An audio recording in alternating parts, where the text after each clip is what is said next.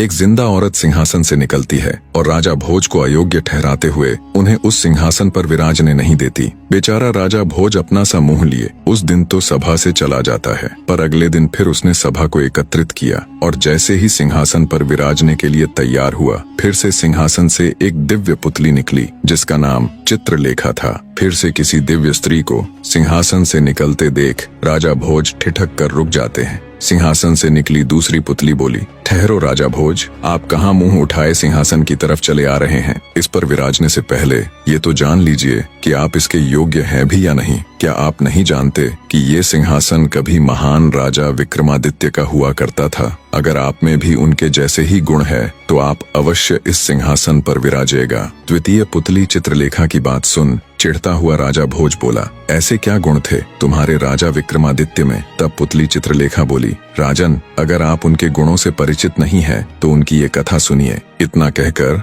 द्वितीय पुतली राजा विक्रमादित्य की कथा सुनाना प्रारंभ करती है। एक बार राजा विक्रमादित्य जंगलों में गए हुए थे। वहां उन्होंने एक साधु को देखा जो अपनी साधना में लीन थे, जिसके चेहरे पर एक अलग ही तेज था। उनको देखने मात्र से ही विक्रमादित्य उनसे बहुत प्रभावित हुए। वे उनको प्रणाम कर वहीं उनके समीप बैठ गए। साधु महाराज ने बहुत देर तक विक्रमादित्य से वार्ता की, जिसमें उन्होंने विक्रमादित्य को सद्कर्म और भक्ति मार्ग पर चलने का महत्व समझाया। साधु महाराज बोले, किसी भी इंसान का जीवन तब तक व्यर्थ है जब तक वो अपने पृथ्वी पर भेजे जाने के असली मकसद अर्थात भक्ति मार्ग को पूरा न कर ले। चाहे वो कितना ही यश और वैभव क्यों न प्राप्त कर ले, पर उसका जीवन व्यर्थ ही है। साधु महाराज की बातों ने राजा विक्रमादित्य को अंदर तक झकझोर दिया। वे उनको प्रणाम कर भारी हृदय से राज्य लौट जाते हैं। कुछ दिन बीत जाने के बाद भी उनके मन में साधु महात्मा की कही गई वही बातें घूमती रहती। उनका मन उखड़ा उखड़ा सा रहने लगा था। अंततः उन्होंने सर्वस्व त्याग कर जंगल में जाकर भक्ति करने का निश्चय किया। वे अपने भाई भर्तहरि को पूरा राजकाज सौंप देते हैं और बिल्कुल साधारण वस्त्रों में सर्वस्व त्याग कर साधना हेतु जंगलों में चले जाते हैं। उनके जाने के बाद सारा राज्यकाज उनके भाई भर्तहरि ने संभाल लिया। समय अपनी गति के साथ बीतने लगा।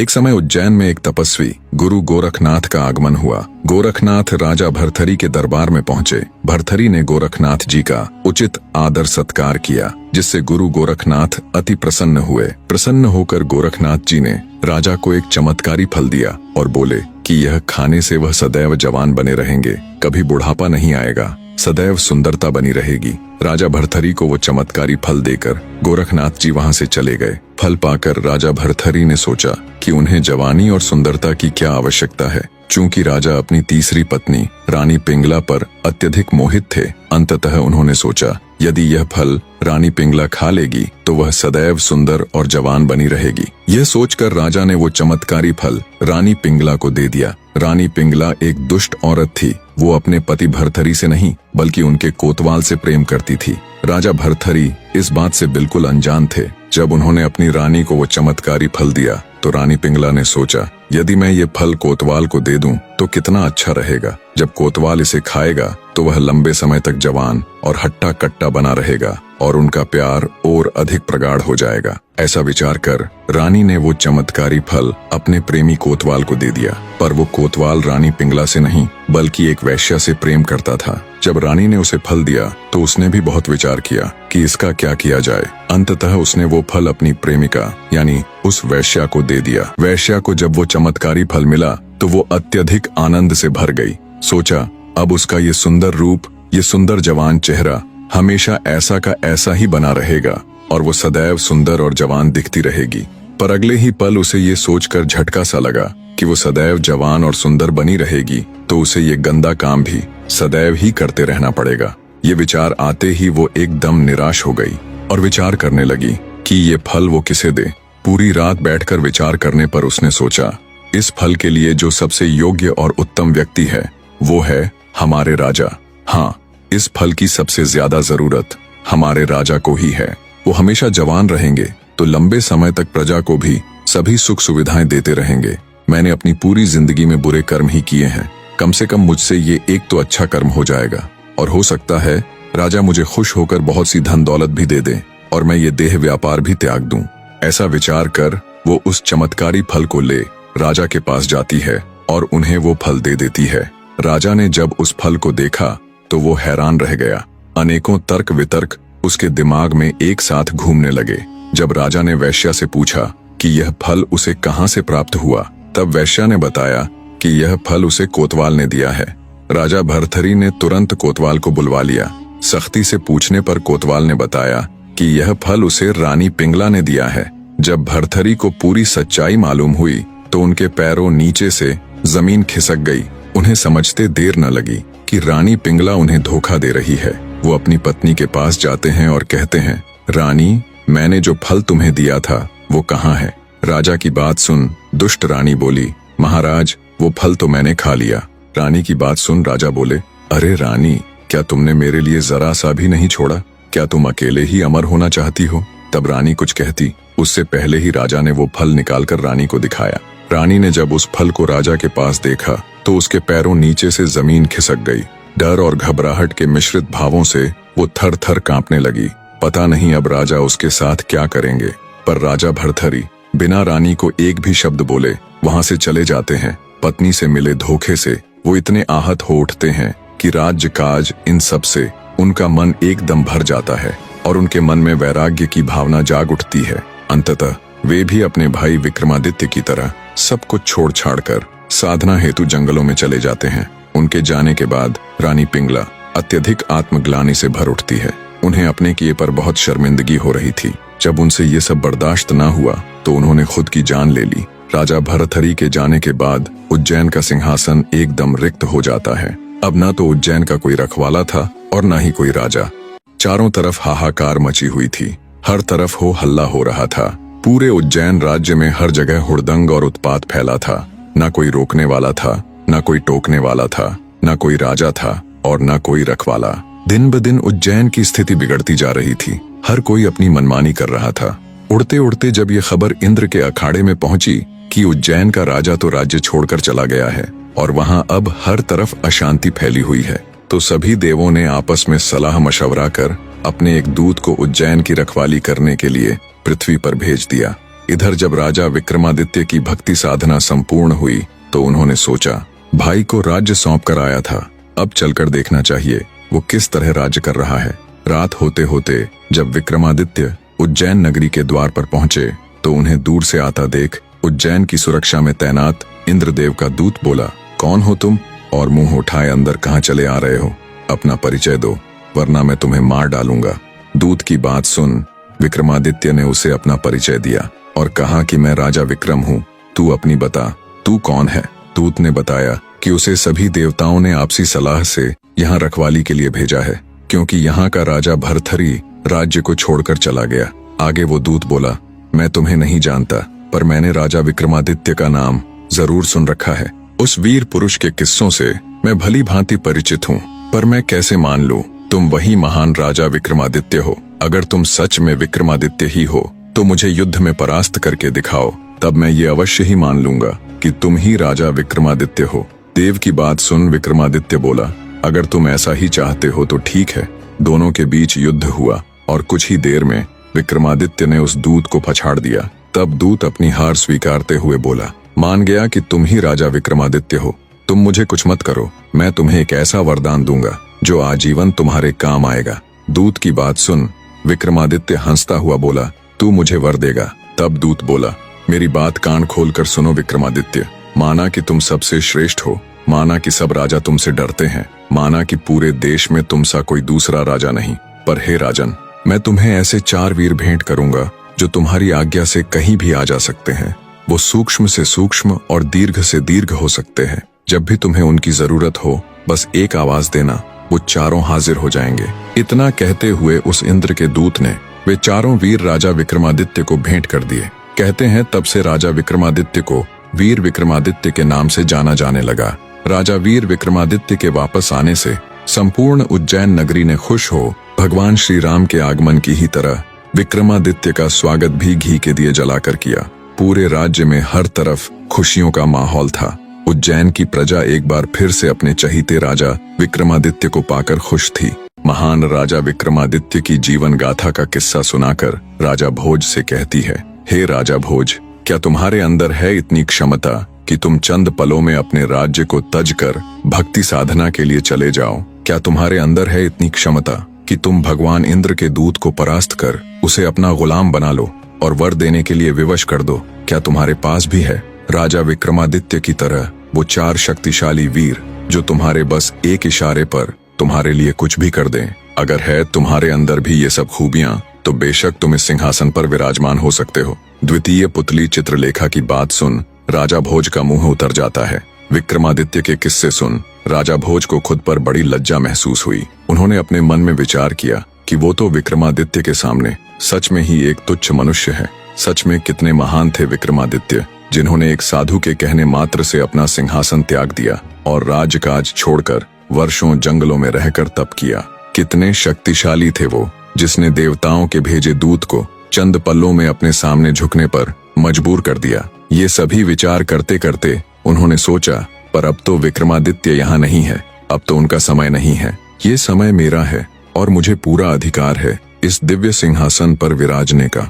आज का दिन भले ही बीत गया हो, लेकिन मैं कल अवश्य ही इस अलौकिक सिंहासन पर बैठकर रहूंगा। इन्हीं विचारों के साथ राजा भोज दरबार से चला जाता है। सिंहासन से निकली प्रथम पुतली रत्नमंजरी की ही तरह दूसरी पुतली चित्रलेखा ने भी भोज को सिंहासन पर बैठने नहीं दिया। अगले दिन फिर से तय समय पर सभी राजदरबारी राज दरबार में उपस्थित हो गए। राजा भोज फिर से मन में एक नई उम्मीद लिए सिंहासन पर बैठने को उतावले हो उसकी तरफ बढ़ते हैं। पर जैसे ही वो सिंहासन के पास जाते हैं, एक बार फिर से उस दिव्य सिंहासन से एक रहस्यमयी पुतली प्रकट हुई, जिसका नाम था सत्यभामा। राजा भोज को सिंहासन की तरफ बढ़ता देख तीसरी पुतली सत्यभामा गरजती हुई बोली, रुकिए राजा भोज, इस सिंहासन पर बैठने से पहले ये तो जान लो कि क्या तुम इसके योग्य हो भी कि नहीं। जिस महान व्यक्ति का ये सिंहासन था, क्या तुम भी उसके जितने योग्य हो? पुतली की बात सुन राजा भोज के कदम एक बार फिर जहाँ के तहाँ रुक जाते हैं। सिंहासन से निकली तीसरी पुतली सत्यभामा अन्य पुतलियों की ही तरह राजा भोज को वीर विक्रमादित्य का किस्सा सुनाना प्रारंभ करती है। तो सुनो राजन, एक लड़की की नई नई शादी हुई थी। सुहाग रात वाली रात वो सुहाग सेज पर बैठकर अपने पति का इंतजार कर रही थी। तभी कुछ दासियां वहां आई और उसे पकड़कर घर के नीचे बने तल घर में ले गई। नई नवेली दुल्हन दासियों के इस एकदम से किए गए व्यवहार से अचंभित हो गई। उसे कुछ समझ नहीं आया कि ये उसके साथ हुआ तो हुआ क्या। वो कुछ समझ पाती इससे पहले ही उसे पकड़कर लाई दासियां बोली, आपके पति की आज्ञा से आपको जीवन भर इस तल घर में बंद रखा जाएगा। पहले से ही उलझनों में फंसी देवयानी के लिए ये वचन किसी परमाणु बम से कम नहीं थे। अचंभित होती हुई वो उन दासियों से बोली, ये आप क्या कह रही हैं और मुझे क्यों इस तल घर में बंद करके रखा जाएगा? मैं बहू हूँ इस घर की, क्या मुझे यहाँ बंद करने के लिए विवाह करके लाया गया है? मेरे पति कहाँ है? मैं उनसे अभी की अभी मिलना चाहती हूँ। देवयानी की बात सुन दासियां बोली, माफ करे बहू रानी, पर आप उनसे अपने इस जीवन में तो कभी नहीं मिल पाएंगी। दासियों की बात सुन नई नवेली दुल्हन यानी देवयानी के सब्र का बांध टूट गया। वो गुस्से से बोली, ये मेरे साथ क्या व्यवहार हो रहा है? तुम सब ये क्या कह रही हो? आखिर मेरा अपराध क्या है जो मुझसे इस तरह का सलूक किया जा रहा है? तब उनमें से एक दासी बोली, बहुत बड़ा अपराध हुआ है आपसे बहू रानी। सुना है विवाह से पूर्व आप कहा करती थीं कि पुरुष की अपेक्षा स्त्री अधिक चतुर और बुद्धिमान होती है। दासी की बात सुन गुस्से में देवयानी बोली, हाँ बिल्कुल मैं ऐसा कहा करती थी और अब भी कहती हूँ कि स्त्री पुरुष की अपेक्षा अधिक चतुर और बुद्धिमान होती है। नई दुल्हन यानी देवयानी की बात सुन दासियां कुछ कहती, उससे पहले ही उस लड़की की सासू वहां आ गई जिसने उसकी ये बात सुन ली। वो गुस्से से देवयानी से बोली, मूर्ख लड़की, तेरे इसी अभिमान का दंड अब तुझे जीवन भर मिलेगा। जिस दिन से मेरे पुत्र ने सुना है कि तुम लड़की होकर इस तरह की बातें करती हो, उसी दिन से वो हमारे पीछे पड़ा हुआ है और उसने आग्रह किया कि वो तुमसे विवाह करना चाहता है और हमें भी मजबूरी में उसकी बात माननी पड़ी। अब वो तुझे जीवन भर इसी तल घर में बंद करके रखेगा, ये देखने के लिए कि तुम कितनी बुद्धिमान हो, कितनी चतुर हो। ये सुन देवयानी के पैरों नीचे से जमीन खिसक जाती है। स्वतः ही उसकी आंखों से टप टप करके आंसू बहने लगते हैं। आगे उसकी सासू बोली, स्त्री को अपनी मर्यादा का ध्यान रखना चाहिए। जो स्त्री अपनी मर्यादा को उल्लंघने की कोशिश करती है, उनकी यही दुर्दशा होती है। इतना कहकर वो दासियों के साथ वहां से चली जाती है। लड़की के ऊपर तो जैसे दुखों का पहाड़ टूट पड़ा था। वो निर्जीव से शरीर के साथ वहीं माथा पकड़कर बैठ जाती है। वहीं पर उस बेचारी को 2 समय का खाना दे दिया जाता। अपने पति के इस कृत्य से देवयानी बहुत आहत हुई। उसे समझ ही नहीं आ रहा था ये उसके साथ हुआ तो हुआ क्या। अब उसके पास सिवाय रोने और अपनी किस्मत को कोसने के और कोई चारा नहीं था। दिन बीतते गए और जब उस बेचारी के रो रो कर आंसू सूख गए तो देवयानी ने अपने मन में ये प्रण किया कि वो उस दुष्ट आदमी को सबक सिखाकर रहेगी और उसका गुरूर तोड़ते हुए ये सिद्ध करके दिखा देगी कि उसकी सोच सही है। ऐसे ही दिन बीतने लगे। उसने अपने पति को सबक सिखाने के लिए एक योजना बनाई और योजना अनुसार एक दिन उसने खाना देने के लिए आने वाली दासी को किसी तरह राजी कर लिया और उसे एक पत्र देते हुए उस पत्र को उसके पिता के पास पहुंचाने के लिए कहा। दासी ने उसके कहे अनुसार वो पत्र उसके पिता के पास पहुंचा दिया। जब वो पत्र उसके पिता ने पढ़ा तो उसकी आंखें फटी रह गईं, क्योंकि उसका पिता बहुत बार अपनी बेटी की ससुराल उससे मिलने उसका हालचाल पूछने के लिए जा चुका था, पर हर बार उसके सामने कोई न कोई बहाना बनाकर उसे उसकी बेटी से मिलने नहीं दिया जाता। आज पहली बार था जब उसे अपनी बेटी की इस दुर्दशा के बारे में पता चला। उसकी बेटी ने पत्र में अपने पिता को सख्त हिदायत दी थी कि उसे छुड़ाने की बिल्कुल भी कोशिश न करे और न ही ये बात किसी दूसरे को बताए, क्योंकि इतना सब होते हुए भी वो अपनी ससुराल पक्ष या अपने पति की जरा सी भी बदनामी नहीं करना चाहती थी। लड़की ने पत्र में अपने पिता से आग्रह किया कि वो अपने घर से लेकर उसकी ससुराल तक एक ऐसी सुरंग बनाए, एक ऐसा गुप्त मार्ग बनाए जिससे वो जब चाहे अपने पिता से मिलने आ सके। अब लड़की का दुखियारा पिता बेचारा मरता क्या न करता। उसने अपनी बेटी के कहे अनुसार सुरंग बनानी शुरू कर दी और कुछ महीनों बाद वो इसमें सफल भी हो गया। एक दिन हमेशा की तरह लड़की बेचारी गुमसुम सी बैठी हुई थी। तभी उसे जमीन के अंदर कुछ ध्वनि सुनाई दी। कुछ ही देर में उस गुप्त मार्ग के जरिए उसका पिता उसकी आंखों के सामने था। बहते नेत्रों के साथ लड़की भागकर अपने पिता से लिपट गई। देवयानी का पिता उसकी हालत देख अत्यंत दुखी हुआ। लड़की सुरंग के रास्ते अपने पिता के घर आ गई। अब वो हर रोज उस गुप्त मार्ग से कुछ समय के लिए अपने पिता के घर जाने लगी।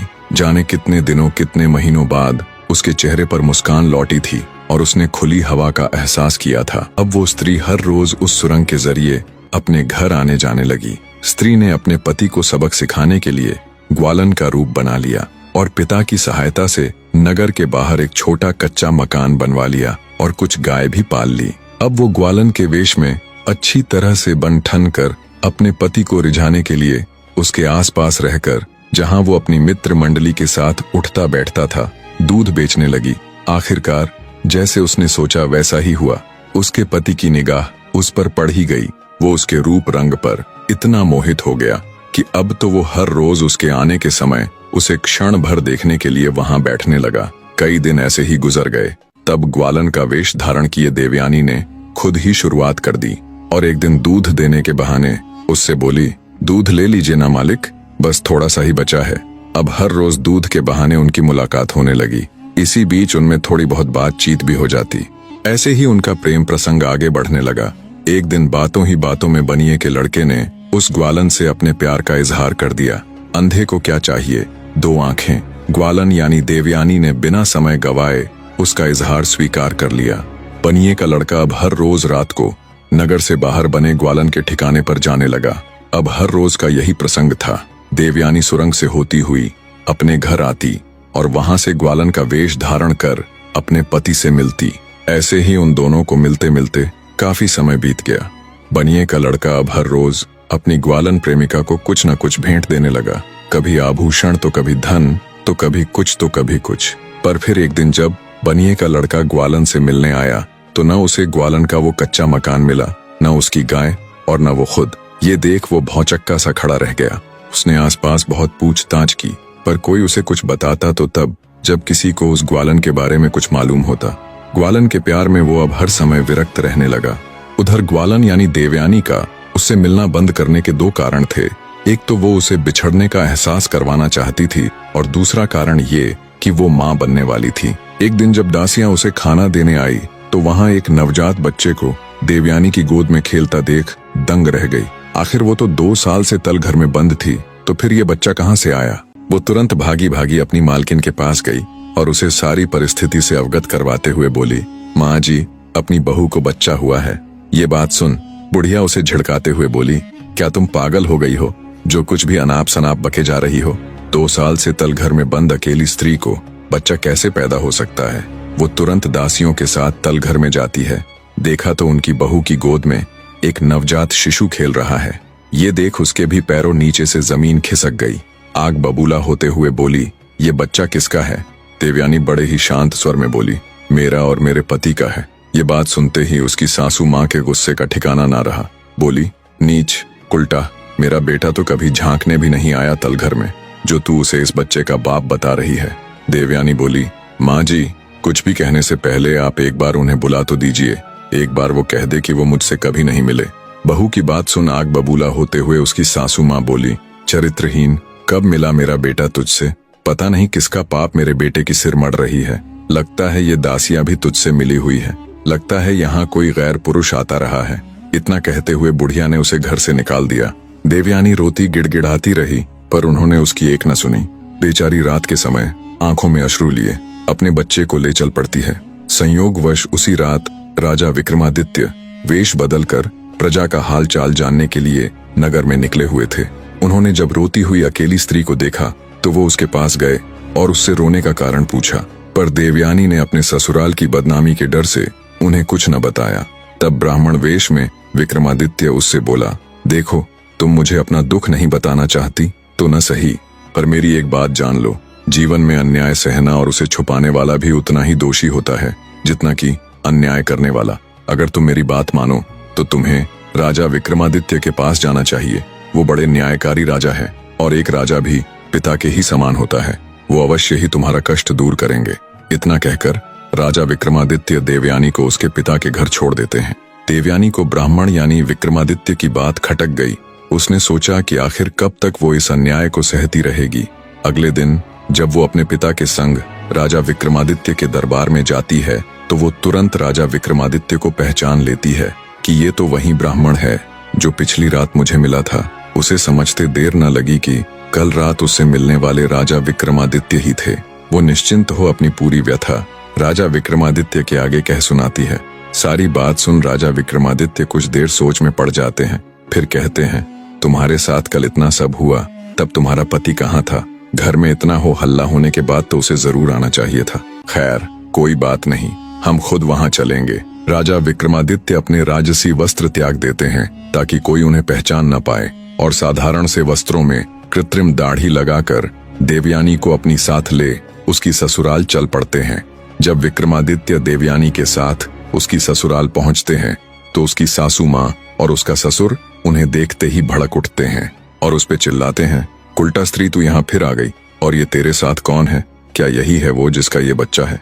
उसकी बात सुन विक्रमादित्य कुछ कहते इससे पहले ही देवयानी का पति वहां पहुंच जाता है, जो व्यापार के सिलसिले में बाहर गया हुआ था और आज ही अपने घर लौटा था। देवयानी को अपने सामने अपने ही घर में देखकर वो अचंभित हो जाता है। ढेरों सवाल जब उसके दिमाग में चलने लगते हैं, ये इतने दिनों बाद और वो भी मेरे घर में। वो सीधा देवयानी के पास जा एकदम भावुक होता हुआ कहता है, कहाँ चली गई थी तुम? मैंने तुम्हें कहाँ कहाँ नहीं ढूंढा। मुझसे ऐसी क्या खता हो गई थी जो तुम मुझे बिन बताए यूं अचानक छोड़कर चली गई? अपने लड़के के मुख से ये बातें सुन उसके माता पिता दोनों दंग रह जाते हैं। उन्हें कुछ समझ नहीं आ रहा था ये हो क्या रहा है।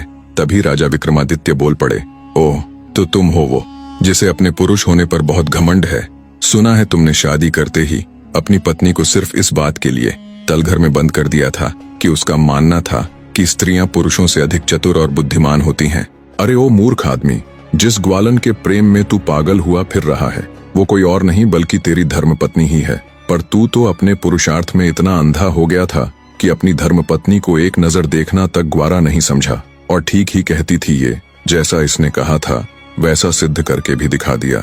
विक्रमादित्य की ये बात सुन लड़के का रंग उड़ जाता है। वो एकदम सन्न रह जाता है। उसका सारा गर्व कुछ ही पलों में चकनाचूर हो चुका था। वो हकलाते हुए कहता है कि ये कैसे संभव हो सकता है। तब देवयानी उसे सारा किस्सा कह सुनाती है कि कैसे उसने अपने पिता की सहायता से वो सुरंग बनवाई और कैसे उसे सबक सिखाने के लिए ग्वालन का वेश धारण किया। सारा माजरा समझ बनिए कि लड़के समेत उसके माँ बाप भी दंग रह जाते हैं। उन सब का सिर मारे लज्जा के झुक जाता है। तब विक्रमादित्य अपनी वो कृत्रिम दाढ़ी हटाते हुए अपने असली रूप में आ जाते हैं। राजा विक्रमादित्य को देख वो लड़का और उसके माँ बाप उनके पैरों में गिर जाते हैं और उनसे क्षमा मांगते हैं। उन्हें यूं गिड़गिड़ाता देख राजा विक्रमादित्य बोले, उठो, अगर तुम्हें माफी ही मांगनी है तो अपनी बहू से मांगो। कितना जुल्म किया है तुमने इस बेचारी पर। और एक ये है जो इतना सब कुछ होते हुए भी तुम्हारे खिलाफ बोलकर तुम्हारी जरा सी भी बदनामी नहीं करना चाहती थी। राजा विक्रमादित्य की बात सुन देवयानी के सास ससुर उससे हाथ जोड़कर माफी मांगते हैं और कहते हैं, हमें क्षमा कर देना बेटी, हमसे बड़ी भूल हो गई।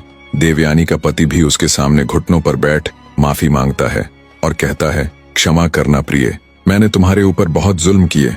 आज तुमने मेरा गर्व चूर चूर कर दिया और ये सिद्ध कर दिया कि वाकई में तुम जैसी स्त्रियां मेरे जैसे नीच पुरुष से कहीं ज्यादा चतुर और समझदार होती हैं। देवयानी को राजा विक्रमादित्य की बदौलत अपना पति और परिवार वापस मिल चुका था। इतनी कथा सुनाते हुए तीसरी पुतली बोली, सुना राजा भोज, ऐसे थे हमारे राजा विक्रमादित्य, जो किसी भी दीन दुखियारे को देख उसका दुख मिटाने को इतने आतुर हो जाते थे जैसे वो किसी दूसरे का दुख न होकर स्वयं उन्हीं का हो। अगर तुमने भी कभी ऐसा महसूस कर किसी दुखियारे को उसके दुख से निजात दिलाई है तो स्वागत है आपका इस सिंहासन पर। पुतली की बात सुन बिना कुछ कहे सुने एक बार फिर से निराश हो राजा भोज वापस लौट जाते हैं। इस तरह एक दिन और गुजर जाता है जब राजा भोज उस दिव्य सिंहासन पर विराजमान नहीं हो पाए। अगले दिन फिर दरबार लगा। अब राज दरबारी बजाय ये देखने के कि राजा भोज सिंहासन पर कैसे विराजमान होंगे, बल्कि ये देखने के लिए ज्यादा आतुर रहते कि आज कौन सी पुतली सिंहासन से प्रकट होगी और वो महान राजा विक्रमादित्य की किस कथा का उल्लेख करेगी। तो सभी दरबारी बड़ी उत्सुकतावश दरबार में बैठे हुए थे। तभी राजा भोज भी दरबार में आते हैं और जब वो सिंहासन की तरफ उस पर विराजने के लिए अपने कदम बढ़ाते हैं, तभी एक बार फिर एक चमत्कारी रोशनी के साथ सिंहासन से एक नई पुतली प्रकट हुई जिसका नाम कामकंदला था। राजा भोज को सिंहासन पर बैठने के लिए आतुर हुआ देख चौथी पुतली कामकंदला बोली, रुकिए राजा भोज, सिंहासन पर विराजने से पहले जिनका ये सिंहासन था उनकी एक कथा सुनिए। कथा सुनने के बाद अगर आपको लगे कि आप में भी है वो गुण तो अवश्य आप इस सिंहासन पर बैठ जाइएगा। पुतली की बात सुन राजा भोज के बढ़ते हुए कदम स्वतः ही रुक जाते हैं और वे उस पुतली को राजा विक्रमादित्य की कथा सुनाने का आग्रह करते हैं। चौथी पुतली कामकंदला कथा सुनाना प्रारंभ करती हैं। तो सुनिए राजन, एक जरूरी बात मेरे प्रिय दर्शकों, आप में से बहुत से दर्शक मेरी तरह वीडियो बनाना सीखना चाहते हैं, तो उन सीखने को उत्सुक दर्शकों को बता दूं, आप सबके लिए मैंने लेश मात्र कीमत पर 2 ट्यूटोरियल वीडियो बनाई है जिसमें सब बताया है कि मैं कौन से AI का उपयोग करके ऐसी वीडियो बनाता हूं और इन्हें बनाने की क्या प्रोसेस रहती है। 2 ट्यूटोरियल वीडियो देखकर आपको सब ज्ञान हो जाएगा। फिर भी कोई सवाल रह जाए तो कमेंट करके पूछ सकते हैं। इसके लिए आपको चैनल ट्रू वर्ड्स ज्वाइन करना पड़ेगा। धन्यवाद दोस्तों। कहानी का अगला भाग बहुत जल्द आप सबके सामने होगा। तब तक स्वस्थ रहिए, मस्त रहिए।